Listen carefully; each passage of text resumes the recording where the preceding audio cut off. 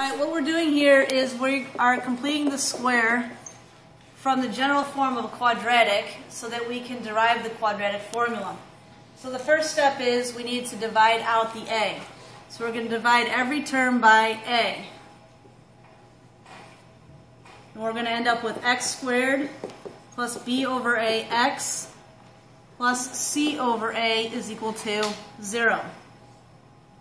Okay, remember when completing the square, we want our x squared term and our x term on the left side and our constant on the right. So we're going to subtract over the c over a to the other side to isolate the x squared and the x term. Now we're going to complete the square. X squared plus b over a x plus something equals negative c over a plus something. Okay, so what we have to do to complete the square is take half of the middle term and square it. So if you want to do the side work over here, b over a times 1/2 is taking a half of that term, and then you need to square it. So b over 2a squared becomes b squared over 4a squared.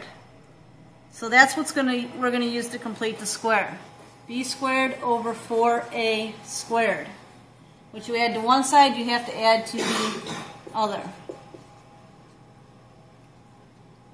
Okay, so now we want to factor the left side. So again, when you factor, you take the square root of the first term. So the square root of x squared is x. And the square root of b squared over 4a squared is going to be b over 2a. And that's going to be squared. Now to combine these, you're going to need a like denominator. So this denominator needs to become 4a squared. So to get a to become 4a squared, we're going to multiply it by 4a. So we're going to take this and multiply both numerator and denominator by 4a.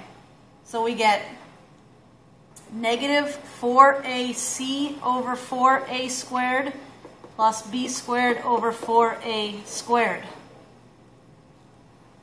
We can combine that and get b squared minus 4ac all over 4a squared.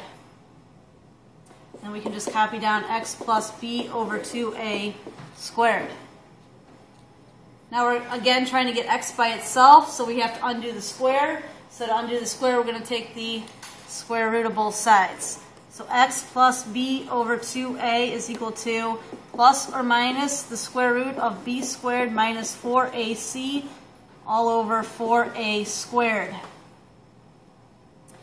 Which we then can get x by itself by subtracting b over 2a plus or minus the square root of b squared minus 4ac all over, and the square root of 4a squared is just 2a, so we can write it over 2a outside of the radical.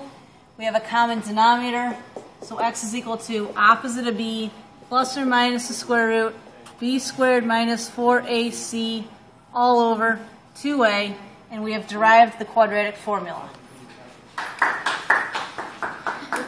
Ja, cool.